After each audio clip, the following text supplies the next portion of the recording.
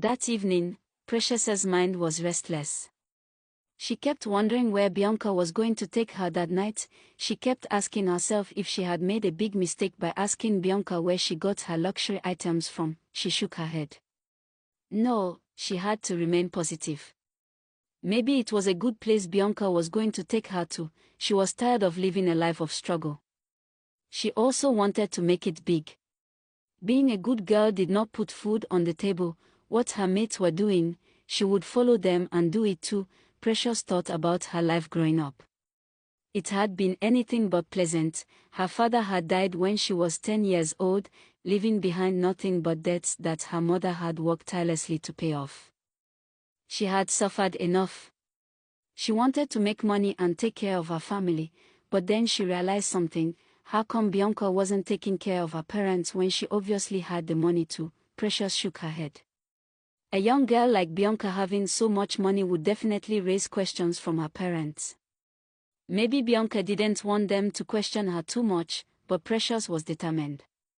When she finally made money, she would spend it on her family. She didn't want them to suffer anymore. Meanwhile, Bianca, who had left the house a few hours earlier, was on a date with a wealthy-looking man. He was around 50 years old, with graying hair. From his appearance, he looked American. Bianca and Mr. Thompson smiled at each other across the table. Bianca laughed loudly at his jokes, even though they weren't funny. Suddenly, his face turned serious. He asked her what was wrong. She replied sadly that nothing was wrong, but he insisted that he could tell something was bothering her. She finally opened up and told him that a 2026 new model car had just been released. Only 3 had arrived in Nigeria, and she wanted to buy the only one available in Lagos. Mr. Thompson immediately understood what she meant. He told her not to worry and to be happy because he had already purchased the car for her.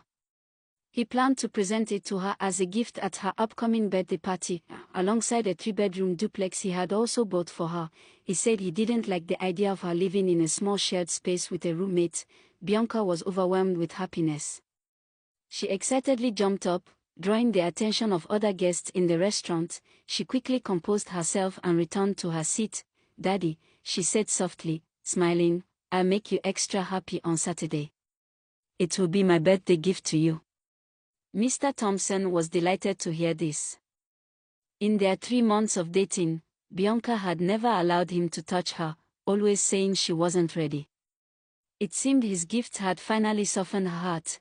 Bianca had avoided getting close to Mr. Thompson all this